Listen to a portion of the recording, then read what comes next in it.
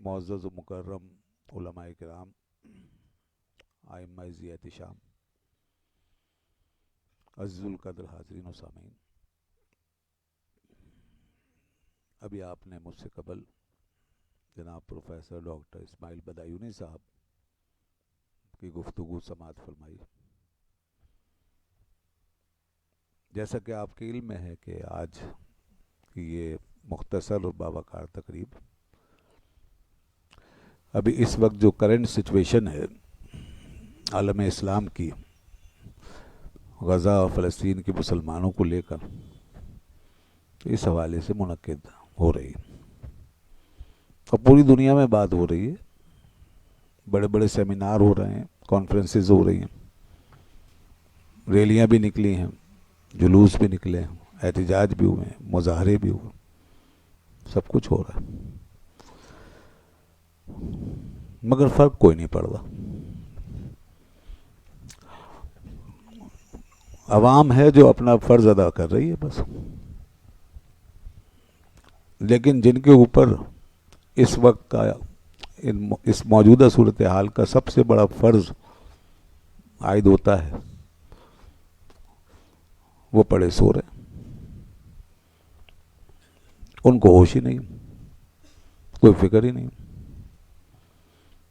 وہ تو اب کسی اگلے اپنے ایسے وقت کا انتظار کر رہے ہیں کہ جو ان کو سوٹ کرے، پھر جیسا کہ صورتحال سے پہلے کا وقت تھا ان کے لیے، یہودیوں سے میل ملاپ کا، ان سے تعلقات کا، تجارت، کاروبار، آنا جانا، سیر سپاٹے، یہودیوں سے دوستی، اسرائیل کے ساتھ تعلقات، یہ سب چیزیں ان کا خواب ہے، اور اس پر کافی کام بھی ہو چکا تھا، اور بہت سے مسلم ممالک جو ہیں وہ آپ کو پتہ ہے اس سلسلے میں کافی پیش رفت بھی کر چکے ہیں۔ سارے اہل عرب، یہ سب، سعودی عرب بھی تقریباً اس کی تیاری کر چکا تھا۔ پاکستان بھی تڑپ رہا تھا، یہاں بھی بڑی بے چینی لگی ہوئی تھی، بار بار مختلف حلقوں سے آوازیں آتی رہتی تھی، تو اس کا مطلب ہے یہاں بھی ایک تڑپ تھی کہ بھئی ہمیں بھی مہرباں ہو کے بلا لو جب چاہو جس دم، میں گیا وقت نہیں کہ پھر آ بھی نہ سکوں۔ یہ صورتحال ہے۔ اب مسئلہ یہ ہے کہ یہ جو کسی قوم سے نمٹنے کا معاملہ ہے اور بیٹل فیلڈ کا معاملہ ہے، تو پھر اس کے لیے تو ظاہر ہے کہ جب تک یہاں سے حرکت پیدا نہیں ہوگی، جب تک حکمران، حکومتیں یہ جب تک اقدام نہیں کریں گے، جب تک اسلامی افواج جو ہیں وہ کوئی ایکشن نہیں لیں گے، اس وقت تک کیا ہو سکتا ہے؟ اب مسلمان بیچارہ، ہمارا یہ حال ہے کہ عوام جو ہے وہ، اور یہی نہیں، ہر مسئلے میں اس وقت صورتحال یہ ہے، یہ امت جو ہے دو حصوں میں بٹی ہوئی ہے۔ عوام کہتی ہے ادھر چلو، یہ دین کا راستہ، اور اس کے اوپر مسلط حکومتوں کے یہ ٹولے، جو حکمران پوری دنیا کے، وہ کہتے ہیں نہیں ادھر چلو، یہ راستہ ہے چلنے کا۔ ہم کہتے ہیں نہیں، سیدھی سڑک یہ شہر شفاعت نگر کی ہے، ہم تو یہاں جائیں گے، ہمیں تو مکہ اور مدینہ نظر آ رہا ہے۔ وہ کہتے ہیں نہیں، واشنگٹن اور پیرس کی سیر کرو، ادھر چلو، یہاں ہے زندگی کا مزہ۔ یہ ہے کشمکش جو چل رہی ہے اس وقت پوری اسلامی دنیا کا، سب سے بڑا زوال یہی ہے، ڈیوائیڈ ہو گئے ہم۔ وہ اقبال کا ایک شعر ہے کہ وہ کیا ہے، فلک نے ان کو عطا کی ہے خواجگی کہ جنہیں خبر نہیں کہ طریق بندہ پروری کیا ہے۔ اب خواجگی ایسے لوگوں کے پاس ہے، ہماری قوم کی، دنیا کے، اب سارے مسلمان عوام کی لگامیں ان کے ہاتھوں میں، اور ان کا قبلہ واشنگٹن ہے، ان کا قبلہ پیرس ہے، اور اب ان کا قبلہ اسرائیل ہے۔ یہ سب سے زیادہ بدقسمتی کی بات ہے۔ اور اسی طرح انڈیا، ہندوستان، اس کی طرف مائل عالم اسلام. وہاں نظر آ رہا ہونا ایک بہت بڑا معاشی ہب. بہت لوگ, 1 ارب سے زیادہ کی آبادی وہاں پر ہے, بڑی تجارت ہے, بہت بڑی منڈی ہے. لہذا وہاں دیکھیں سارے عرب جو ہیں وہ ایسے دریا کی طرح بہتے ہوئے جا رہے ہیں اور گر رہے ہیں ہندوستان کے سمندر میں. یا وہاں گرتے ان کے دریا یا یہاں گرتے. تو اب یہ ہر سطح پہ ہمارے لیے ایک قسم کی ہزیمت اور شکست بلکہ ذلت و خواری کا سبب بن رہا ہے ہم لوگ. تو اب نہ جانے امت کس طرح فیصلہ کرے گی اور کیسے حالات بدلیں گے. ابھی تک تو یہ ہو رہا ہے کہ بس لوگ بیچارے تبلیغ کرنے والے تبلیغ کرتے رہتے ہیں, اور جو ہمارے پیرانے نظام ہیں وہ بس پیری مریدی کے ذریعے سے لوگوں کو لگا کے رکھتے ہیں. علماء واعظ و نصیحت کر لیتے ہیں, تبلیغ ہوتی رہتی ہے, مسجدوں میں نمازیں ہوتی رہتی ہیں, مدرسوں میں تعلیم ہو رہی ہے. لیکن یہ جو کچھ ہو رہا ہے یہ بھی غنیمت ہے, ہونا چاہیے. اگر دین کے لیے ہو رہا ہے بہت اچھی بات ہے. اگر یہ بھی نہ ہو, اس وقت آپ کا دین جو ہے وہ بچایا ہوا ہے انہی نیچے والی لہروں نے. یہیں سے دین بچا ہوا ہے, یہی رابطے, یہی لوگوں کی صحبتیں اور ماحول, بس اس سے آپ کا دین زندہ ہے. اور یہ اس دین کی شان ہے. ادھر ڈوبے ادھر نکلے, ادھر ڈوبے ادھر نکلے. ہاں, تو تاتاریوں کے زمانے میں جب سارا عالم اسلام جو ہے وہ تاتاریوں کے کنٹرول میں آ گیا تھا اور ہر طرف لاشیں لاشیں لاشیں لاشیں, آپ کو پتہ ہے وہ عالم اسلام کے لیے کتنی بڑی آزمائش تھی. اوپر کچھ بچا ہی نہیں تھا, بس نیچے یہ مسلمان اسی طرح رہ گیا تھا اور وہ لگے ہوئے تھے اپنے کام میں. مدرسوں میں پڑھائی ہو رہی تھی, علماء تیار ہو رہے تھے. دیکھیں نا تاتاریوں کی الغار, اور دوسری طرف 7ویں 8ویں صدی ہجری کا ذرا ریکارڈ اٹھا کے دیکھیں, کیسے کیسے لوگ اللہ کے شیر پیدا ہو رہے تھے نیچے سے, کیسے کیسے عظیم لوگ آ رہے تھے نکل کے.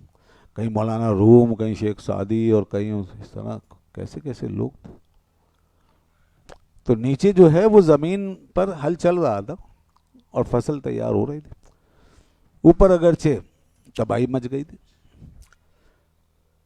پھر یہی ہوتا ہے, اور تاریخ میں ہمیشہ ایسا ہی ہوا ہے کہ نیچے جب زمین ہموار رہتی ہے تو کوئی نہ کوئی بیج ایسا پڑ جاتا ہے جہاں سے کہیں محمد بن قاسم نکل آتا ہے, کہیں محمود غزنوی پیدا ہو جاتا ہے. ہوتا اسی طرح ہے. کہیں سے صلاح الدین ایوبی نکل آتا ہے. آخر مسلمانوں نے ایک لمبا وقت بیت المقدس کی آزادی کے لیے صبر کا گزارا تھا, انتظار تھا کسی مرد مجاہد کا. خلیفہ تو بیکار ہو چکا تھا, بغداد کی خلافت میں اتنا دم ہی نہیں تھا کہ وہ جا کے وہ بیت المقدس حاصل کر سکے. ہاں, خلافت جو ہے وہ بہت کمزور ہو گئی تھی, اور وہاں تو صرف بس اب بابر بعیش کوش کے عالم دوبارہ نیست, یہ والا عالم تھا, یہ صورتحال تھی. لیکن پھر دیکھیں آئے, پھر صلاح الدین ایوبی پیدا ہوئے. اس وقت جب بغداد کے خلافت اور ایوان حکومت کے اندر اور ایوان خلافت کے اندر جب یہ سب سلسلے تھے غفلت کے, لاپرواہی کے اور عیش و عشرت کے, یعنی عشرت قدا بنا ہوا تھا سارا, عیاشیاں ہو رہی تھیں اوپر, اور نیچے دیکھو کہیں حضرت غوث پاک شیخ عبد القادر جیلانی رحمۃ اللہ علیہ اسی بغداد کے منبر پہ بیٹھ کے لوگوں کو اللہ کی طرف بلا رہے تھے. یہ بھی وہیں اوپر خلافت پہ عیاشیاں ہو رہی ہیں, ایوان خلافت کے اندر ساری بدماشیاں ہو رہی ہیں, ظالم خلیفہ بیٹھے ہیں, عیاشیاں کر رہے ہیں, لوگوں کو بگاڑ رہے ہیں, تباہی مچا رہے ہیں, جنہیں کوئی شرع کا دین کا پاس نہیں. اور حضرت غوث پاک کے کتنے واعظ اس طرح کے ہیں, وہ ذرا پڑھیں آپ, جس میں خلیفہ کو ہی انہوں نے للکارا ہے بیٹھ. ہاں یہ ضرور ہے کہ نیچے آپ کا کام, دین کا کام, اس کی اصل ڈائنامکس کے ساتھ ہونا چاہیے جو غوث پاک نے کیا تھا. یعنی نیچے جو آپ ہل چلا رہے ہیں نا، وہ ہل ذرا صحیح سے چلائیں، ہر بیج بوئیں. یہ اپنے اپنے بیج، جیسے کہ ابھی فرما رہے تھے نا، اپنے اپنے بیج بو کر کے جو کام کر لیتے ہیں نا، کہ بھائی بس میرا ہی ہونا چاہیے، اتنا ہی ہوگا بس، زیادہ نہیں. تو وہاں سے پھر یہ ہوتا ہے، وہ جو پیغام اٹھنا ہے نا، جو یہاں سے تحریک بننی ہے، جو تربیت ہونی چاہیے، جو کسی کے پیدا ہونے کے لیے ماحول بننا چاہیے، وہ نہیں بن پاتا. تو وہ ماحول نیچے بنا کے گئے یہ اللہ والے اپنے اپنے دور میں. اب دیکھیں نا، طریقت کے بادشاہ ہیں، اولیاء کے سردار حضرت غوث العظم شیخ عبد القادر جیلانی رحمۃ اللہ. تصوف میں کون اب ان کے جیسا ہو سکتا ہے؟ کون ان کے جیسا ولی صوفی؟ مگر دیکھیے آپ، خلیفہ کو کہہ رہے ہیں کہ سیدھے دین پہ چلو، یہ ظلم و بربریت کا راستہ چھوڑو، اللہ کی نافرمانی سے بچو. اور باقاعدہ سامنے بھی، کیونکہ مسجد میں تو آتے تھے نا خلیفہ عمرہ سب، تو آپ کے وعظوں میں یہ بات ہے، فرماتے تھے کہ یا اظلم الظالمین، او ظالموں میں سب سے بڑے ظالم، فما جوابوں کا عند رب العالمین، تم رب العالمین کے پاس کیا جواب دو گے؟ دیکھیں یہ ہے تصوف. آج تو جناب کہتے ہیں نہیں جی ہم نہیں بات کرتے، سیاست کی بات نہیں صاحب، کوئی جو ہے وہ سسٹم کے حوالے سے ہم کوئی بات نہیں کریں گے، کوئی باہر کی اوپر کی خرابیوں کی بات نہیں، ہم وہ نہیں دیکھیں گے. ہم تو اس کے اسباب پر بھی نہیں جائیں گے کہ یہ کہاں تانے بانے جڑتے ہیں، کہاں سے یہ ساری برائیاں پھیلتی ہیں، ہم تو وہ بھی نہیں. ہم تو بس یہیں آپس میں ایک دوسرے میں بانٹ لیں گے، بھئی تم ذمہ دار، تم ذمہ دار، تم ذمہ دار، یہی ہو رہا ہے. اب تبلیغ اس طرح کی رہ گئی، بس تصوف جو ہے بس وہ دل بہلانے کی چیز رہ گئی. اب کہاں وہ اس طرح کی ہماگیر قسم کی اصلاح اور سارے اداروں اور شعبوں کے حوالے سے کوئی بات. میڈیا کیا کر رہا ہے، تعلیم میں کیا ہو رہا ہے، یہ قانون ساز ہمارے ادارے کیا قانون بنا رہے ہیں، کیسے فیصلے ہو رہے ہیں، بس عدالتوں میں کتنا انصاف ہو رہا ہے، اس کو کون پوچھتا ہے؟ لگامیں تو ساری یہاں پر ہیں. بچے آپ کے تیار ہوتے ہیں اسکولوں میں، اسکول سارے کے سارے پٹری سے اترے ہوئے، سوائے دینی مذہبی اسکولوں کے. ساری آبادی آپ کی بیٹھی ہے میڈیا کے سامنے، میڈیا چل رہا ہے، اس پہ جتنے پروگرام آ رہے ہیں تقریباً زیادہ تر اسلام سے باہر، دین سے ہٹے، بلکہ دین کے خلاف گناہوں پہ اور کیسی کیسی حرکتوں پہ مشتمل، فحاشی ہے، عریانی ہے، پتہ کیا کیا سب ہو رہا ہے. ساری قوم اس پہ بیٹھی ہوئی. پالیسی بن رہی ہے اوپر اسمبلیوں میں، قانون بن رہا ہے کیا کہ بھائی ٹرانسجینڈر ایکٹ کو منظور کیا جائے گا، مرد عورت بنے، عورت مرد بنے. سبحان اللہ، قانون وہاں بن رہا ہے، قانون بن رہا ہے. وہاں پہ آوازیں اٹھ رہی ہیں صاحب کہ سود جو ہے نا وہ اس کو جاری رکھنا ہے. قانون بن رہا ہے وہاں پہ، پیمرا کو کہا جا رہا ہے بھائی مذہبی لوگوں کو روکو، اور بس جو بھی ہیں آزاد خیال، لبرل اور یہ سب، ان کو اکڑم سکڑم سب کو آنے دو. قانون نہیں بن. رقیبوں نے رپٹ لکھوائی ہے جا کے تھانے میں کہ اکبر نام لیتا ہے خدا کا اس زمانے میں. یہ قانون بننا ہر سطح پہ. دیکھیں آپ، جہاں سے قوم کی تقدیر نکل رہی ہے وہاں پہ سب جگہ یہ تباہی مچی ہوئی. اور پھر اس کے بعد ہماری تبلیغ یہ ہے، خانقاہوں میں اور ہمارے مرشدین کرام، صوفیاء کرام یا تو چلے لے کے بیٹھے ہیں کہ بھئی یہ صبح کی یہ ضرب لگاؤ، شام کی یہ ضرب لگاؤ، صبح کا یہ تعویذ، شام کا یہ تعویذ، یا پھر تھوڑی اصلاح کے لیے کوئی کبھی گفتگو کی، کوئی واز کروا لیا آپ نے کسی سے، یہ تمہاری حرکتیں، سب تمہارا قصور ہے، تم ہی گنہگار ہو، سارا نزلہ آپ پہ گرا دیں، یہ سارا معاشرہ خراب ہے تمہاری وجہ سے. یہی ہو رہا ہے نا. بہت ہمارے گناہ بڑھ گئے ہیں صاحب ہم بڑے یہ ہو گئے ہیں، ہم سب بڑے. ایک صاحب تو ایسی دعائیں مانگ رہے ہیں، یا اللہ ہم بڑے ذلیل ہیں، بڑے خوار ہیں، بڑے شیطان ہیں. بڑے بےغیرت ہیں، کوئی صاحب ایسے ہی وہ مذاق کر رہے ہوں گے یا پتہ نہیں سیریس کہنے لگے اللہ نہیں ہم تو اتنے برے نہیں ہیں، یہی ہوں گے یہ تو اپنے آپ کو گالیاں دے رہے ہیں. تو یہ رہ گیا بس ہم ہی برے ہیں، آپ برے، ساری برائیاں یہاں ہیں. ارے بھائی بچے پڑھ کیا رہے اس معاشرے میں؟ ظاہر ہے جیسا وہاں پہ اداروں میں ہمارے جو جس طرح کے قانون بنیں گے، جیسی وہاں فیسلٹیز ہوں گی، جیسا ماحول دیا جائے گا، جیسا میڈیا ہوگا، جیسی ایجوکیشن ہوگی، ویسی تو قوم نکلے گی. تو زیادہ تر تو لوگ حکمرانوں کے پیچھے چلتے ہیں نا. یہ تو مشہور مقولہ ہے، الناس والا دین ملوک، لوگ اپنے بادشاہوں کے دین پہ ہوتے ہیں. میں یہ نہیں کہہ رہا کہ ہم آپ بالکل پاک صاف ہو گئے اور عوام کوئی غلطی نہیں کر رہی. غلطیاں تو ہم کر رہے ہیں، کریں گے لوگ. عوام تو گناہ کرے گی، برائیوں میں جائے گی، کفر بھی پھیلے گا، الحاد بھی پھیلے گا، لیکن روکنا کس کا کام ہے؟ روکے گا کون؟ اب اس کے اوپر بھی یہ سمجھانا لوگوں کو کہ یہ علماء جو ہیں ان کا اثر ختم ہو گیا. اب دیکھیں یہ باتیں عام ہوتی ہیں. اب جتنا آپ دیکھیں نا محدود ہو کے چلیں گے اتنی خرابیاں بڑھیں گی آپ کی باتوں میں. آپ ریورس ہوں گے بار بار اپنی طرف، خواہ مخواہ اپنے آپ کو الزام. سارا ذمہ داری مسجد کے امام کی ہے، مدرسوں کی ذمہ داری ہے، معاشرے کو ٹھیک کرنا یہ سب ان کا کام. اور جی انہوں نے اپنا فرض پورا نہیں کیا، انہوں نے جناب دیکھیں کوئی فرض نہیں ادا کیا، انہوں نے صحیح سے کام نہیں کیا، یہ بے عمل ہو گئے، یہ ہو گئے، یہ وہ ہو گئے، بس اب سارے الزامات. تو یہ صورتحال ہے.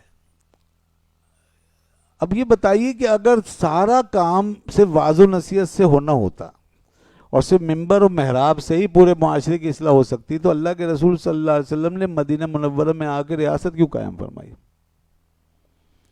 طاقت کیوں جمع کی؟ ادارے کیوں بنائے؟ پاور کیوں تیار کیا؟ پاور اسٹرکچر کیوں حاصل کیا؟ اور یہ دعا کیوں مانگی؟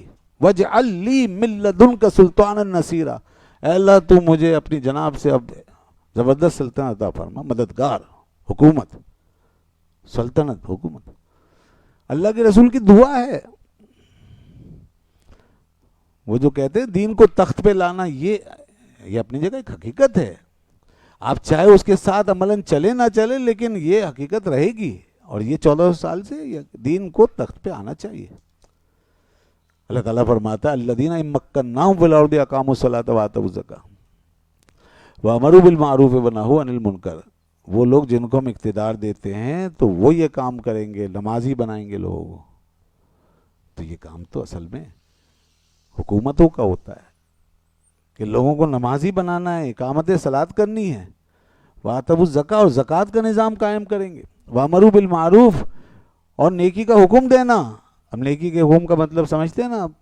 میڈیا سارا کا سارا نیکی کے پر لگے گا، نیکی کی بات کرے گا. وَنَهُ عَنِ الْمُنْكَرِ، برائی سے بچائیں گے، میڈیا لگے گا.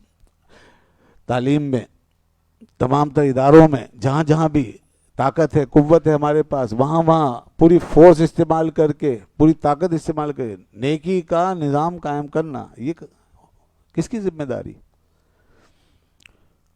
علماء جو ہیں وہ تو صرف دین کو آپ تک واعظ و نصیحت سے پہنچا سکتے ہیں، بس اس کا جتنا بھی اثر ہو. پھر کوئی اگر نہیں مانتا، نماز نہیں پڑھتے تو کیا کر لیں گے ہم؟ بلکہ کوئی باہر کھڑا ہو کے کفر بکتا، آپ کیا کر لیں گے؟ کوئی باہر کھڑا ہو کے شراب پی رہا، آپ کیا کر لیں گے؟ یہ سب کچھ روکنا حضرت عمر نے اپنے ذمہ لیا تھا، یہ ان کی ذمہ داری تھی. یہ خلفائے راشدین کرتے تھے. حضرت ابو ذر غفاری نہیں لوگوں کے پیچھے پیچھے بھاگتے پھرتے تھے، وہ تو لوگوں کو حدیث سناتے تھے. حضرت ابو ہریرہ رضی اللہ عنہ نے ڈنڈا لے کے گھومتے تھے، وہ تو خالی حدیث سناتے تھے. لیکن ڈنڈا کس کے ہاتھ میں تھا؟ حضرت عمر. اور چلتا کہاں سے تھا؟ وہاں سے. سزائیں کہاں سے دی جاتی؟ وہاں سے. یہ ہوتا تھا، اس طرح ماحول کو روکا جاتا تھا. پھر یہ اصحاب یہاں جب قرآن و حدیث کی تعلیم دیتے تھے تو اس کا 100% اثر ہوتا تھا. اور جب اسی تخت پہ دیکھ لیجئے بیٹھ گیا یزید، یزید خبیث جب بیٹھ گیا آ کر مسلمانوں کے اس تخت پر، حکومت کی باغڈور جب اس کے ہاتھ میں آ گئی تو دیکھ لیجئے برائی کے دروازے کھل گئے. یہاں تک کہ کیسے کیسے واقعات ہو گئے. کربلا کا واقعہ جب ہی ہوا، شہید ہو گئے لوگ، دین بچانے والے ہی شہید ہو گئے، دین کے معمار ہی شہید ہو گئے. تو یہ سب ہوا نا، دیکھ لیں کتنا فرق پڑ گیا. اب کہاں یہی حسین تھے، یہی حسن تھے رضی اللہ عنہما جب خلفائے راشدین کا زمانہ تھا، تو سبحان اللہ کیسے ان کی خدمات آگے بڑھ رہی تھی اور کس طرح ان کا فیض آگے بڑھ رہا تھا، کس طرح اصحاب کا فیض، علم کا فیض. لیکن جب ایک حکمران دیکھیے ایسا آ گیا تو سب کو شہادت کا جام پینا پڑ گیا. کیسے کیسے لوگ شہید ہوئے، بڑے بڑے لوگ شہید ہوئے. تو اصل میں یہ معاشرے کی جو اصلاح کا کام ہے نا، یہ ان تمام سطحوں پر ہوتا ہے. حدیث بخاری شریف کی کہ من رأى منکم منکرا فلیغیرہ بلسانہ فإن لم یستطع، من رأى منکم منکرا فلیغیرہ بیدہ فإن لم یستطع فبلسانہ وإن لم یستطع فبقلبہ. یعنی پہلے ہاتھ سے روکیں، برائی اگر ظاہر ہو تو پہلے ہاتھ سے روکیں. اگر اس سے نہیں روک سکتے، اب جیسے نیچے آ جائے علماء ہیں، ہاتھ سے نہیں روک سکتے تو زبان سے روکیں، تو علماء زبان سے روکیں. اور اگر زبان سے بھی نہیں روک سکتے تو پھر اور نیچے آ جائیں عوام، بس دل میں برا جانے. تو جناب یہ ساری چیزیں ہیں دیکھیں. اور اس وقت جو صورتحال ہے، یہی جو میں نے شروع میں کہا، غزہ، فلسطین اور بڑے بڑی طاقتوں سے ٹکرانا، لڑنا.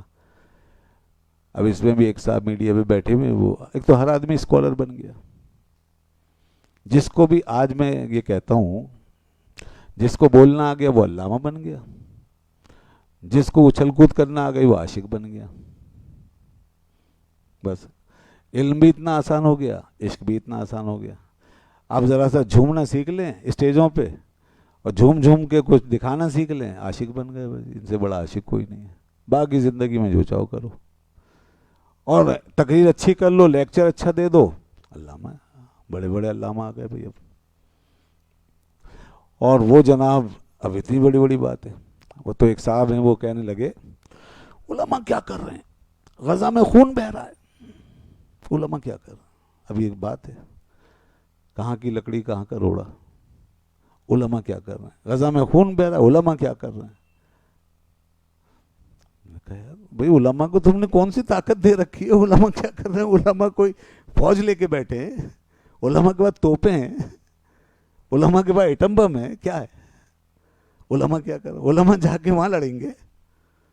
علماء کیا کر رہے ہیں. تو لوگ اتنے نون سینس ہو گئے ہیں ہمارے یہاں کہ اب لوگوں کو بس تمیز کچھ نہیں، پتہ کچھ نہیں ہے، بس تھوڑی شہرت مل گئی ہے. اور دوسرا یہ کہ اصل میں انہیں معلوم ہے کہ کام وار کرنا چاہیے. بڑے ہوشیار ہیں وہ، خطرہ مول نہیں لیتے.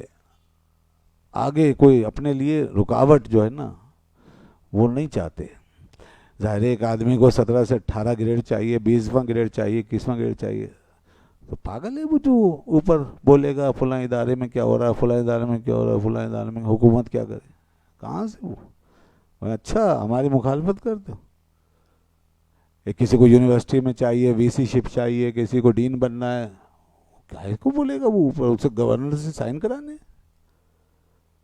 اسے وزیروں سے سائن کرانے، اپنے اس پہ آگے بڑھنا ہے اسے.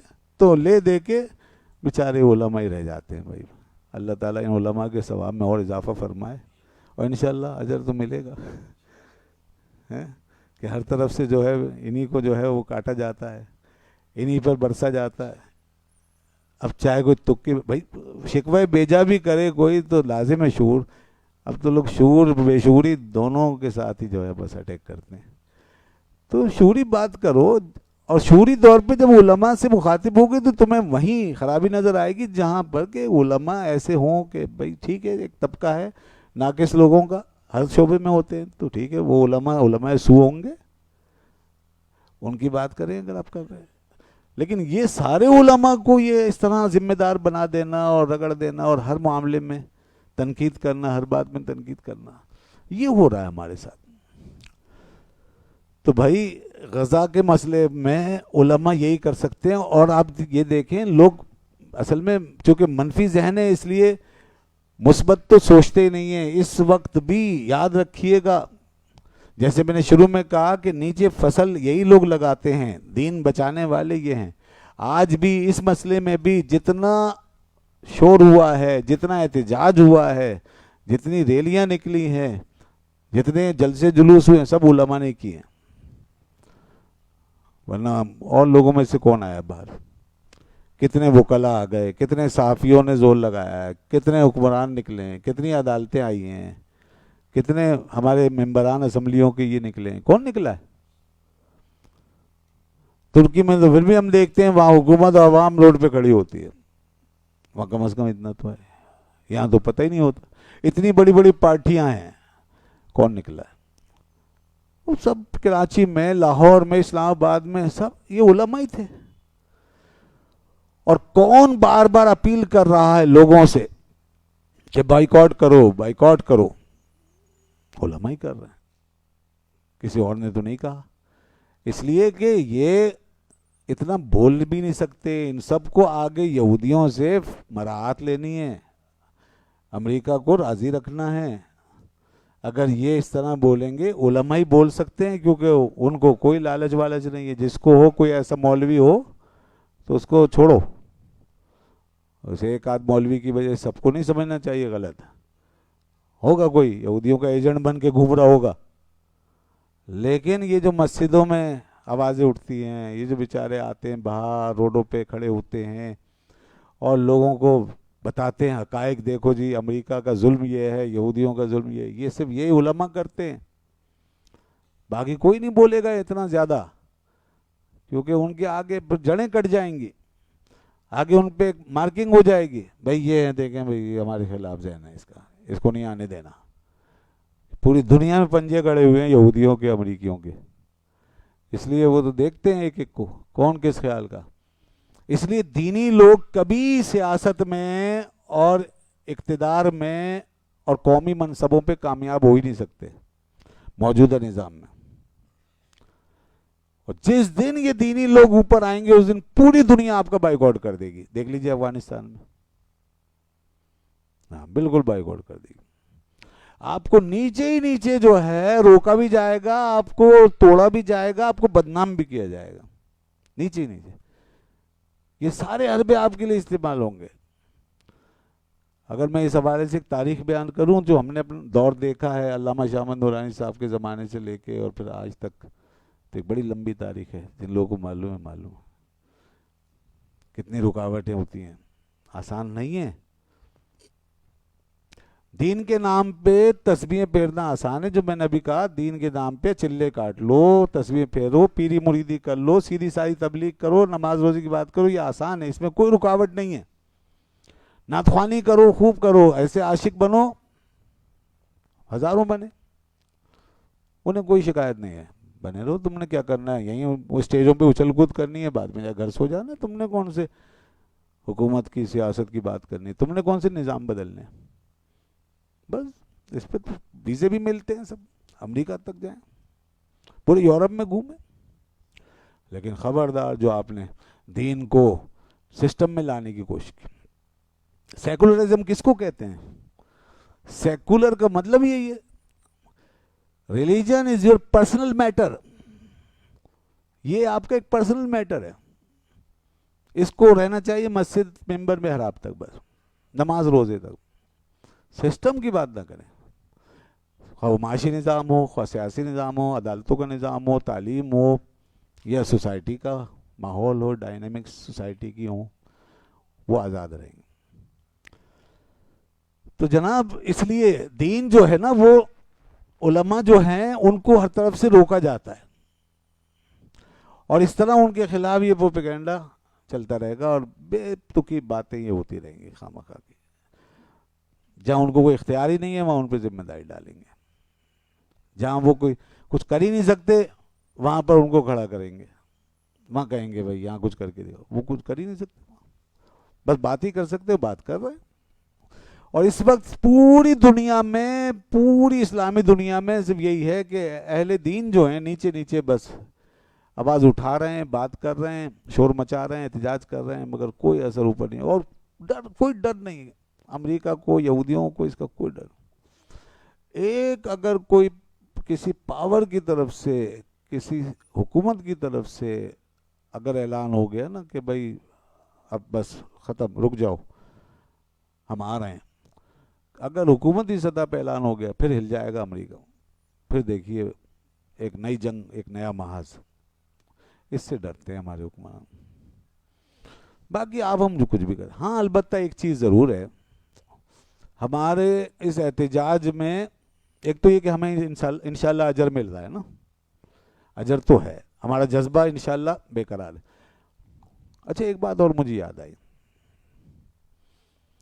ہمیشہ کہتے ہیں، ایک اور پروپیگنڈا کرتے ہیں، یہ امت متحد نہیں. ہمیشہ جتنے ایسے عناصر ہیں نا جو ان کے مطلب کے لوگ رہ گئے ہیں، وہ سارے یہ پروپیگنڈا کریں گے کہ امت میں اتفاق نہیں ہے. علماء لڑتے رہتے ہیں، مولویوں میں اتحاد نہیں. بھائی اس سے بڑا اتفاق و اتحاد کیا ہوگا؟ پوری دنیا کے مسلمان ایک آواز ہو گئے یہودیوں کے خلاف. آؤ اب آگے بڑھو، اب آگے بڑھو. یہ ہے نا اتفاق. بہت ساری چیزیں ہیں جس پہ امت متفق ہے، علماء سب متفق ہے پوری دنیا کے، لیکن اس کو ہائی لائٹ نہیں کرتے. بھئی سب سود کے خلاف ہیں؟ نہیں.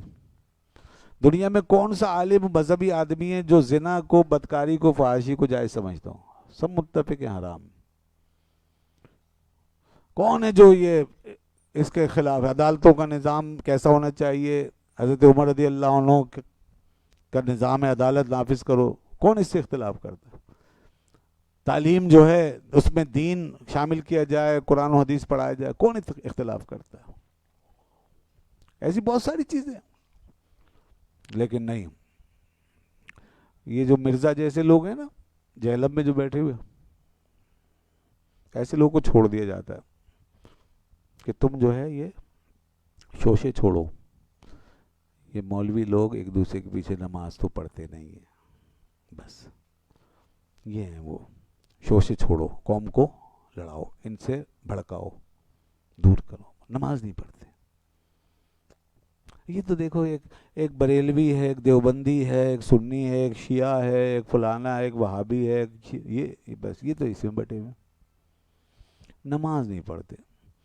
جس دن یہ نماز پڑھ لیں گے ایک دن، اس دن اسلام آ جائے گا. سبحان اللہ، کیا بات ہے جناب. اسلام یہاں سے رکا ہوا ہے. دیکھیں نا، آپ کی ڈائمینشن ہی چینج کر دی، آپ کی ڈائریکشن بدل دی. اسلام یہاں سے رکا ہوا ہے. سب ایک مسجد میں جمع ہو جائیں. وہاں سے نہیں رکا ہوا جہاں سے کہ اسلام نے نافذ ہونا ہے، وہاں سے نہیں رکا ہوا.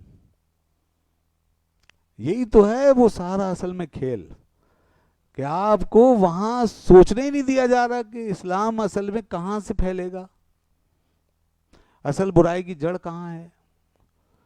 وہاں تک جانے ہی نہیں دیا جاتا. اسی میں الجھا گیا. ہم چھوٹے چھوٹے ذہنوں کے لوگ ہوتے ہیں، علماء سے سنتے نہیں ہیں، پڑھتے ہیں نہیں، ایسے ہی نام نہاد قسم کے مولویوں کے ہتھے چڑھ جاتے ہیں. وہی میں نے کہا نا، جس کو ذرا سا بولنا آ گیا وہ اسکالر بن گیا. سامنے کتابیں رکھ لی، آپ نے کہا بہت بڑا علامہ ہے. اسے صرف چپڑ چپڑ کرنا آتی ہے اور کچھ نہیں آتا.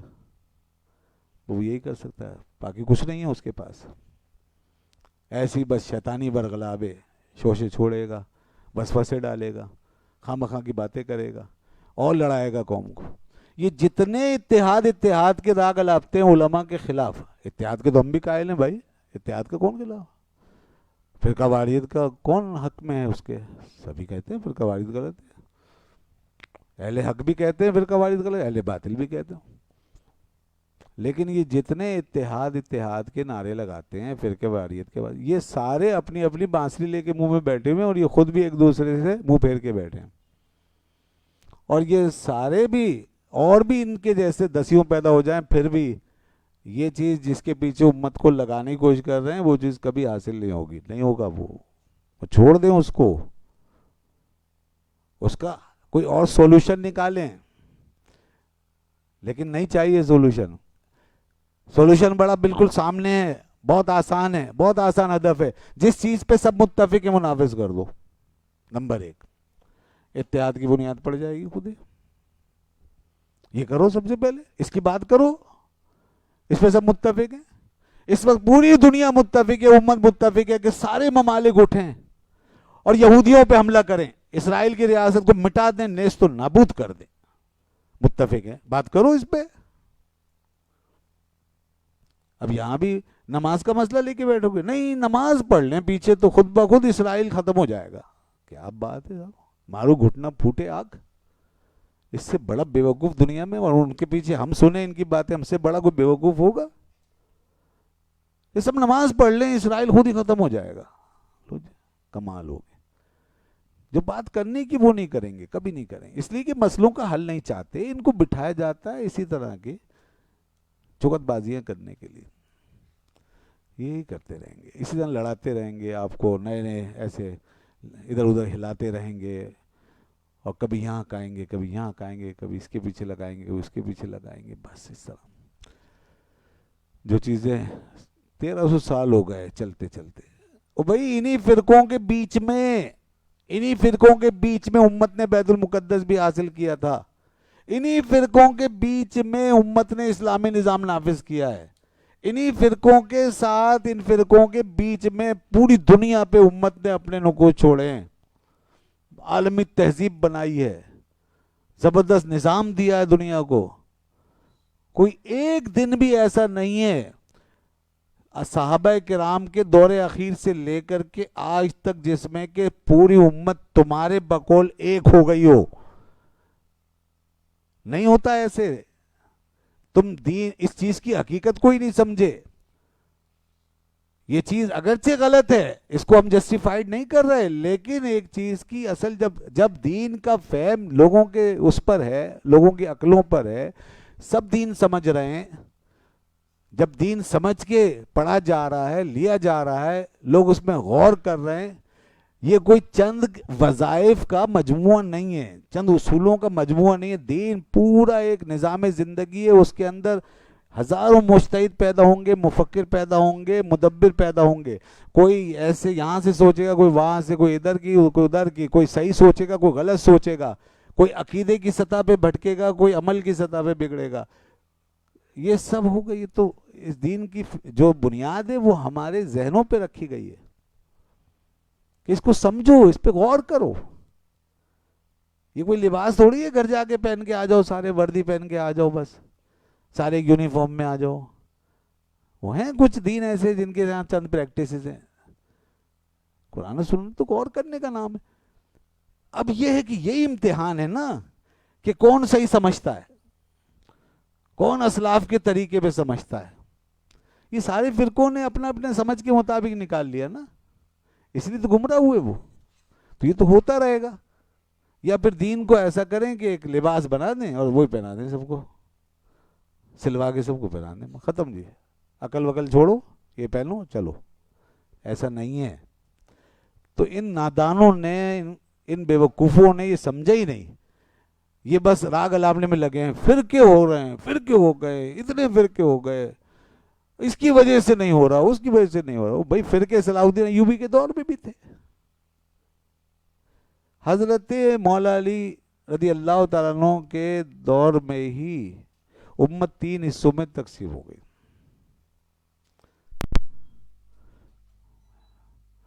تو ایک شیعان علی، ایک خارجی، اور دوسرے اہل سنت، تیسرے اہل سنت. بس یہ 3 بن گئے. اہل سنت یہ اصحاب تھے سب، حضرت علی رضی اللہ عنہ، اور اسی طرح تمام بھی اہل جو آج تک چلے آ رہے ہیں. شیعان علی وہ جو حضرت علی کے نعرے لگاتے تھے اور انہیں کو مانتے تھے، باقی دوسری سائڈ کا بالکل انکار کرتے تھے، یہاں تک کہ آپ کو شیخین سے افضل قرار دیتے تھے. یہ سب تاریخ میں لکھا ہوا ہے. حضرت علی رضی اللہ عنہ نے ان کے خلاف تلوار اٹھائی، ان کوڑے ان کو لگائے اور کہا کہ دیکھو اگر تم یہ بات کرو گے کہ مجھے شیخین سے افضل مانو گے تو میں تمہیں کوڑے ماروں. پھر تیسرا خارجیوں کا گروہ تھا، وہ اور سخت ہو گئے، انہوں نے بالکل سب کو کافر قرار دے دیا اور قرآن ہاتھ میں. اب بتائیے اصحاب کی موجودگی میں جو خود قرآن کے سب سے بڑے شارح ہیں، مفسر ہیں، جن کے سامنے قرآن اترا ہے، جو رسول اللہ کے اصحاب ہیں، ان کی موجودگی میں جب ایک رائے قائم ہو گئی تو آج کون روک سکتا ہے رائے کو؟ کس کی رائے پہ پہرا دو گے؟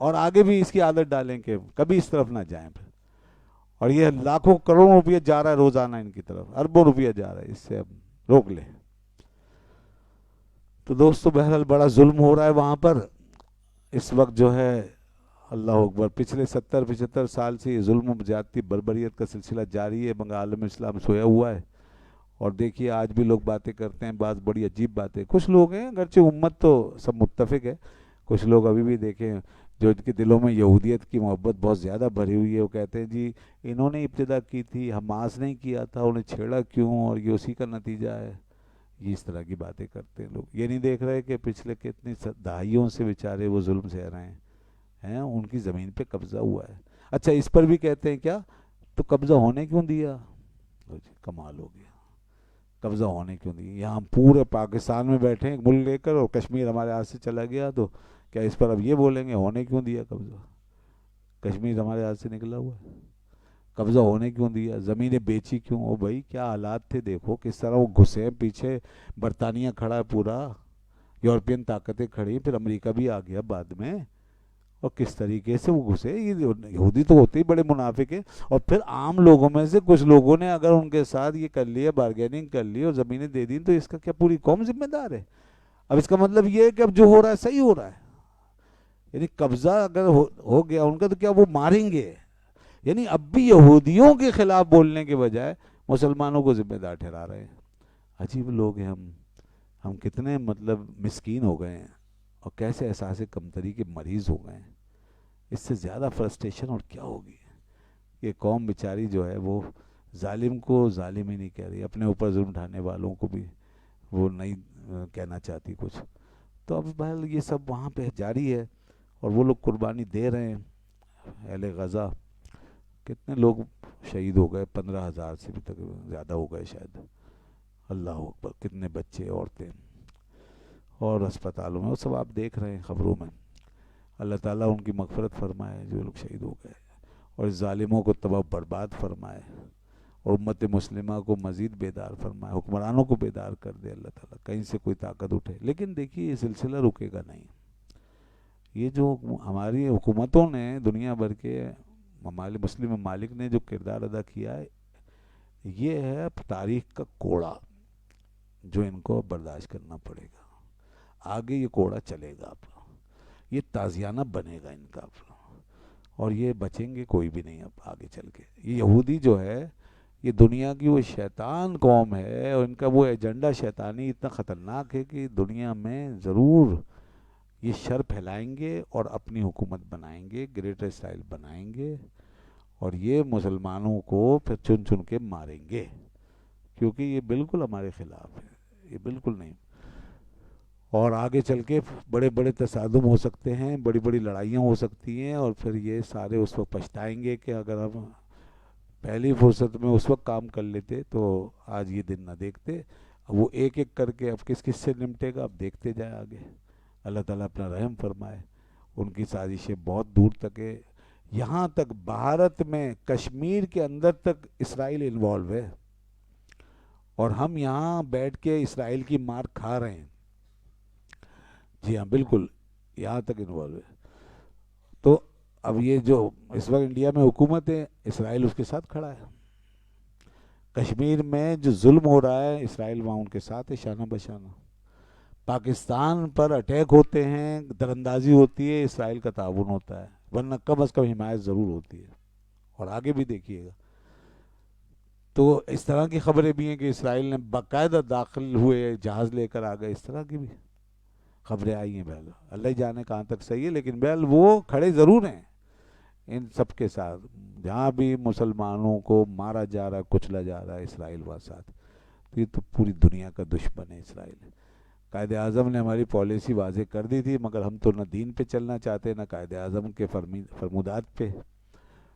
قائد اعظم نے کہا تھا کہ اسرائیل یورپ کا ناجائز بچہ ہے, انلیگل ہے, بالکل ایک ناجائز بچہ اس کو قرار دیا تھا, اور صاف کہہ دیا تھا اسرائیل کے ساتھ ظاہر اتحاد نہیں ہو سکتا.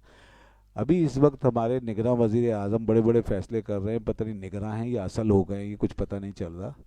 تو ایسا لگ رہا ہے اصل ہو گئے یا اصل ہو جائیں گے, تو کیا پتہ ہے. اس لیے کہ جس کو بھی آپ چاہیں گے، چاہیے اچھوں کو جتنا چاہیے، وہ اگر چاہیں تو پھر کیا چاہیے بس. تو اب جب چاہے گئے، چاہ لیا گیا ہے تو پھر بس اب وہ اتنے بڑے بڑے فیصلے وہ فرما رہے ہیں. انہوں نے کہا ہے کہ 2 اسٹیٹ تھیوری جو ہے نا وہ ہوگی، 2 اسٹیٹ فارمولا، یہ اس پہ عمل کیا جائے. اسرائیل کے لیے مشورہ دے رہے ہیں 2 اسٹیٹ فارمولے کا. بھئی 2 اسٹیٹ فارمولے کا مشورہ ہم دے رہے ہیں، ہم نے یہ کہاں سے یہ تصور لیا؟ یہ قائد اعظم کی پالیسی ہے، یہ پاکستان کی پالیسی ہے، یہ اس قوم کا فیصلہ ہے، کس کا فیصلہ ہے؟ 2 اسٹیٹ. 2 اسٹیٹ کا مطلب ہے آپ نے اسرائیل کو ایک اسٹیٹ مان لیا، اور قائد اعظم یہ کہہ کر گئے کہ اسرائیل تو ناجائز ریاست ہے. تو آپ پاکستان کو اب کہاں لے؟ یہاں سے پتہ چل رہا ہے کہ ہمارے ذہنوں میں کیا ہے. تو ہم اندر سے مان چکے ہیں، تو اوپر سے حالات سازگار نہیں ہوتے، البتہ بس یہ وجہ ہے. اب اور بگڑ گئے حالات. تو یہ جو لوگوں کا ایک پریشر ہے، بس یہی جو ہے روکے ہوئے ہے ہمیں دنیا کے آگے جھکنے سے، پوری طرح جھکنے سے. یہ پریشر قائم رہنا چاہیے. عوام کو چاہیے، لوگوں کو چاہیے، سارے عالم اسلام کو چاہیے دین کے ساتھ کھڑے رہے. بس ہمیں ہمارا ایمان یہی ہے کہ ہمیں ہمارا دین ہی بچائے گا. اس پہ قائم رہے، علماء کی آواز پہ لبیک کہیں، مسجدوں مدرسوں سے اپنا رشتہ مضبوط رکھیں، دین کے ساتھ چمٹے رہیں، اللہ رسول کی رضا دیکھیں، اپنی آخرت دیکھیں، اور اپنی صفوں میں اتحاد قائم رکھیں کہ ہمارا صرف ایک ہی مطالبہ ہے کہ دین کو لاؤ اور انصاف کا فیصلہ کرو، اور اس ملک کو ان اصولوں پہ چلاؤ جو ہمارے بانیان نے اور جو ہمارے اسلاف نے متعین کیے، جس کے لیے قربانیاں دیں، اس ملک کو بنایا لا الہ الا اللہ کے نعرے پہ. اس پہ قائد اعظم کی واضح پالیسی تھی. تمام مسلم ممالک یہ ہمارے دوست ہیں. مسلم ممالک یہ ویری فرسٹ پرائیورٹی کے اوپر ہوں گے. آج ہم مسلم ممالک سے دور ہو رہے ہیں اور یہودیوں کے قریب ہو رہے ہیں. قائد اعظم نے کشمیر کے بارے میں واضح طور پہ فرما دیا تھا کہ یہ ہماری شارک ہے. آج تک کشمیر ہم نہیں لے پا رہے، اس کے لیے کچھ کر ہی نہیں پا رہے، اور مشکل حالات پیدا کر رہے ہیں ہم کہ اسرائیل جو کشمیر میں بھارت کے ساتھ کھڑا ہے، ہم اس کو 2 اسٹیٹ کہہ رہے ہیں. یہ بات اگر ساری دنیا کے ممالک کہتے اور آخر میں ہم کہتے تو پھر بھی چلو یہ کہا جا سکتا تھا یار، اب سبھی کہہ رہے ہیں تو کمال ہو گیا. آپ کے لیے تو کچھ جواز کی صورت ہی نہیں ہے کہ وہ اسرائیل، وہ اسٹیٹ کے جس کو قائد اعظم نے بتا دیا اس کی پوزیشن. دوسرا یہ کہ وہ آپ کے خلاف بھارت کے ساتھ کھڑا، کشمیر کے معاملے میں دنیا بھر میں اس نے آپ کے خلاف سازشیں کی، اٹیک کیے اسی اسرائیل نے. آپ کہہ رہے ہیں 2 اسٹیٹ. تو یہ عجیب بات ہے. ہمیں چاہیے کہ ہم سمجھیں اس باتوں کو. اللہ تعالیٰ ان حکمرانوں کو ہدایت دے، عقل سلیم عطا فرمائے. ہم سب کو اللہ تعالیٰ اپنے دین پہ قائم دائم رکھے. اسی پہ اکتفا کروں گا. باقی باتیں تو بہت ہیں، میں نے ٹائم بھی زیادہ ہو گیا. میں نے اپنے حالات، امت مسلمہ کے حالات کے پیش نظر کچھ گفتگو کی ہے. باقی یہودیوں کی تاریخ، ہسٹری، اور یہاں اسرائیل میں ان کا کیا، یہ آپ سنتے بھی رہتے ہوں گے اور سوشل میڈیا پہ بہت کچھ آ بھی رہا ہے. لیکن اصل میں ہماری ضرورت اب یہ ہے کہ بیماری کیا ہے اور اس کا علاج کیا ہے. اصل مسئلہ یہ ہے. وآخر دعوانا الحمدللہ رب العالمین.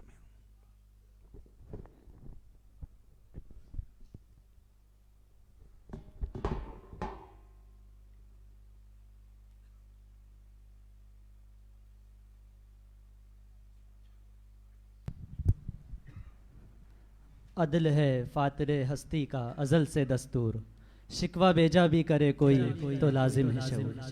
نہایت ہی خوبصورت انداز میں ہمارے سماعتوں کو اپنی علمی گفتگو سے فیضیاب کر رہے تھے.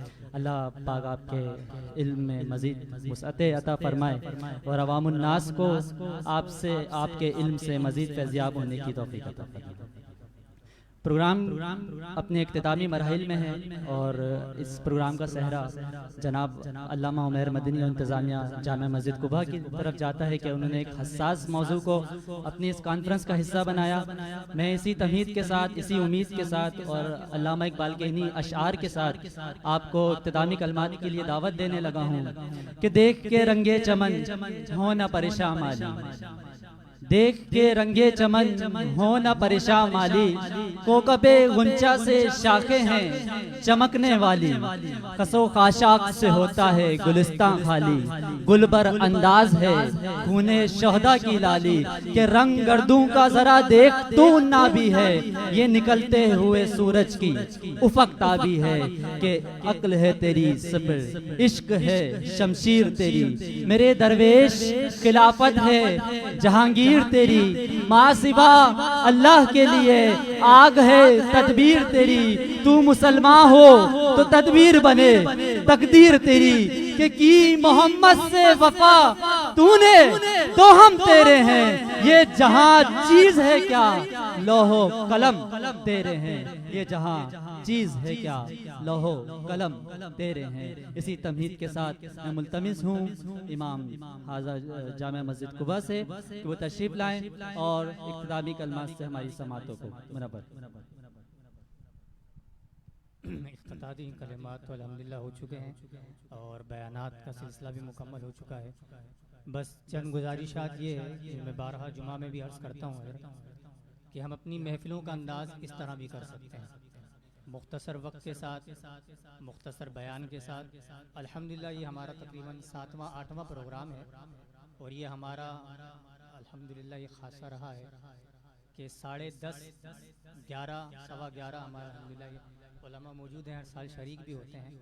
ہم اختتام کی طرف اس کو لے جاتے ہیں. یہی وجہ ہے شاید کہ علماء محبتوں کا اظہار کرتے ہیں اور تشریف بھی لاتے ہیں. تو آپ سے بھی یہ عرض کروں گا کہ جو محافلیں کرتے ہیں تو بالکل محافلیں بالکل آپ کریں، میلاد کی ہوں، 11ویں کی ہوں، 12ویں کی ہوں، جو بھی ہوں، لیکن اس کو صحیح ڈائریکشن میں تھوڑا لے کر آئیں، وقت کی پابندی کریں. اسی طرح ایسے افراد کو بیانات کے لیے مدعو کریں کہ جو لوگوں کی صحیح انداز سے ذہن سازی کر سکیں. نعت خوانی یقیناً ہماری روح کی غذا ہے، لیکن بعض اوقات ہم اس انداز سے نعت خوانیاں کروا رہے ہوتے ہیں اور ایسے افراد کو اسٹیج پر بٹھا دیتے ہیں کہ اس پر ظاہر سی بات ہے کہ افسوس ہوتا ہے. تو مختصر وقت میں کیا جا سکتا ہے، پھر مختصر وقت میں تھوڑے سے سرمایے میں بھی کیا جا سکتا ہے. اور اسی طرح یہ بھی عرض کرنا چاہوں گا جو میں نے بارہا یہ جمعے کے بیان میں بھی کہا تھا کہ ہماری الحمدللہ معمولات اہل سنت جو ہیں، جو محافلیں ہوتی ہیں وہ بالکل جاری رہیں، لیکن حالات کے تناظر میں بھی ہمیں ان موضوعات کو اپنی محافلوں کے اندر ذکر کرنا چاہیے. تو یہ الحمدللہ ہماری سالانہ محفل ہوتی ہی ہے. تو ہم نے اس دفعہ چونکہ حالات اس طرح ہیں، فلسطین سے اظہار یکجہتی کے لیے، اس کے شعور کی بیداری کے لیے، امت مسلمہ میں اس کی آگاہی فراہم کرنے کے لیے ہم نے یہ موضوع رکھا تاکہ عوام تک علماء کا صحیح پیغام پہنچے اور اس کے مطابق پھر وہ اپنے جو لائے عمل ہے وہ طے کرے، اپنی زندگی کو صحیح انداز سے گزار سکیں. بس یہی. اور آخر میں علماء کرام جو یہاں موجود ہیں میں تہہ دل سے شکر گزار ہوں کہ بعض بالکل میسج کے ذریعے تشریف لے آئے اور بعضوں کے پاس میں خود بنفس نفیس حاضر ہوا. اور علماء کو جمع کرنے کا مقصد ایک یہ ہمارے کہتے ہیں نا گیٹ ٹو گیٹ ہو جائے گی. یقین کیجئے بعض اوقات ایسا ہوتا ہے کہ مجھے یہاں الحمدللہ خود 14 سال ہو گئے، لیکن بعض اوقات ایسا ہوتا ہے کہ ایک مسجد کا امام دوسری مسجد کو جانتا ہی نہیں ہے امام کو. حالانکہ امام یہاں امامت کر رہا ہوں جس محلے میں رہ رہا ہوں، تو امام کے اوپر ایسا وقت میں نے دیکھا ہے کہ وہ اپنی مسجد کے محلے کی جو مسجد ہے ان کے امام صاحب کو بھی نہیں جانتے، یعنی جان پہچان ہی نہیں ہے، سلام دعا ہی نہیں ہے. بعض اوقات ایسا ہوتا ہے جان پہچان ہوتی ہے لیکن اس طرح ملنا نہیں ہوتا. تو الحمدللہ یہاں روشن چہرے موجود ہیں، تو میری بھی کوتاہی ہے کہ بہت سو شاید میں نہیں جانتا ہوں گا، لیکن اب الحمدللہ اچھی طریقے سے جان چکا ہوں. اسی طرح علماء کی محبتیں سلامت رہیں. اللہ کریم سے دعا ہے کہ ہمیں اس پر عمل کی توفیق عطا فرمائے. عوام جو ہے وہ یہیں بیٹھی رہے، آپ کے لیے لنگر کا اہتمام ہے، اور جو علماء ہیں بالخصوص ائمہ مساجد اور علماء کرام کرام دوسرے فلور پہ ان کے لیے مہمانان گرامی اوپر تشریف لے جائیے گا آخری فلور پہ، تو آپ کے لیے ضیافت کا اہتمام ہے، ضرور تشریف رکھیے گا۔ بعض نے اپنے حضور کا اظہار کیا ہے کہ وہ شاید کھانے سے متعلق بعضوں کو پرہیز ہے، تو کچھ وقت ہمارے ساتھ مزید بیٹھ جائیے انشاءاللہ تبارک و تعالی، چائے ہی پی لیجئے گا، ہمارے لیے شرف کی بات ہوگی۔ صلاۃ و سلام پڑھ لیجیے۔ اے شہنشاہ مدینہ الصلاۃ والسلام، اے شہنشاہ مدینہ سلام، زینت عرش معلا، زینت عرش معلا، الصلاۃ والسلام، شہنشاہ مدینہ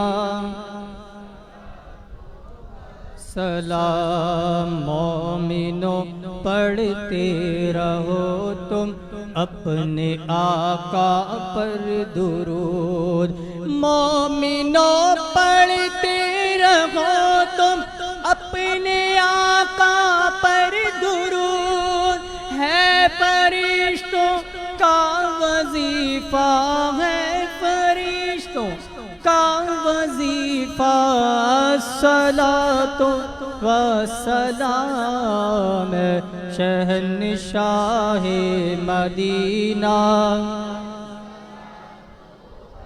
سلام، زینت عرش معلا، زینت عرش معلا، الصلاۃ والسلام، شہنشاہ الصلاۃ والسلام، قبر میں سرکار آئے تو میں قدموں میں گروں، گر فرشتے بھی اٹھائے تو میں ان سے یوں کہوں، اب تو پائے ناز سے میں اے فرشتوں کیوں اٹھو، مر کے پہنچا ہوں یہاں اس دل ربا کے واسطے، جب فرشتے قبر میں جلوہ دکھائیں آپ کا، ہو زباں پر پیارے آقا، ہو زباں پر پیارے آقا، الصلاۃ والسلام، شہنشاہ مدینہ سلام، زینت عرش معلا، زینت عرش معلا، الصلاۃ والسلام، شہنشاہ سلام، میں وہ سنی ہوں جمیل قادری مرنے کے بعد، میں وہ سنی ہوں جمیل مرنے کے بعد، میں وہ سنی ہوں جمیل قادری مرنے کے بعد، میرا لاشا بھی کہے گا، میرا لاشا بھی کہے گا، الصلاۃ والسلام، شہنشاہ مدینہ سلام، زینت عرش معلا، زینت عرش معلا، الصلاۃ والسلام، شہنشاہ مدینہ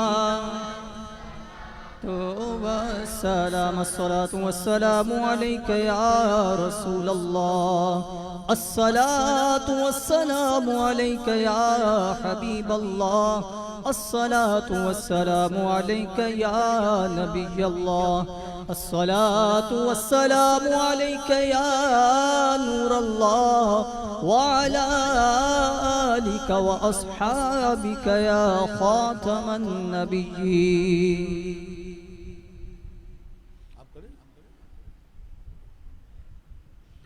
الحمدللہ رب العالمین والصلاة والسلام علی سید الانبیاء والمرسلین وعلی آلہ وصحبہ اجمعین. اللہم ربنا تقبل منا انکا انت السمیع العلیم وتب علینا یا مولانا انکا انت التواب الرحیم. الہ العالمین مولا کریم ہمارے گناہوں کو معاف فرما. یا ارحم الراحمین اس محفل کو اس حاضری کو قبول فرما. یا اللہ جو کچھ بھی کہا سنا گیا ہے اس میں جو کچھ حق ہے اس پہ عمل کی توفیق عطا فرما. یا ارحم الراحمین عالم اسلام کو بیداری عطا فرما. یا اللہ امت مسلمہ کو غلبہ عطا فرما. الہ العالمین غزہ و فلسطین کے مسلمانوں کی مدد فرما. ظالم یہود و حنود کا خاتمہ فرما. یا اللہ امریکہ کی شیطانی قوت کو تباہ و برباد فرما. اے اللہ مسلمانوں کو غلبہ عطا فرما. رحمانی قوت و غلبہ عطا فرما. الہ العالمین مظلوموں کی مدد فرما. بے سہاروں کو سہارا عطا فرما. الہی امت میں اتحاد و اتفاق پیدا فرما. یا ارحم الراحمین کشمیر کو فلسطین کو آزادی نصیب فرما. یا ارحم الراحمین جملہ حزین کو خیر و برکت عطا فرما. الہی ہم سب کے دین و ایمان جان و مال عزت آبرو کی حفاظت فرما. ہم سب کے مرحومین کی مغفرت فرما. جو بھی بیمار انہیں شفا کاملہ عطا فرما. جن حضرات نے بھی اس محفل کے لیے اس کے انعقاد کے لیے تعاون کیا دام درہم قدم صفا نے جس معنی میں بھی حصہ لیا یا اللہ سب کو دنیا آخرت کی خیر و جزا عطا فرما. ان اللہ و ملائکتہ یصلون علی النبی یا ایھا الذین آمنوا صلوا علیہ وسلموا تسلیما. اللہم صلی علی سیدنا مولانا محمد وعلی آل سیدنا مولانا محمد وبارک وسلم وصلی علیہ. سبحان ربک رب العزت عما یصفون وسلام علی المرسلین والحمدللہ رب العالمین.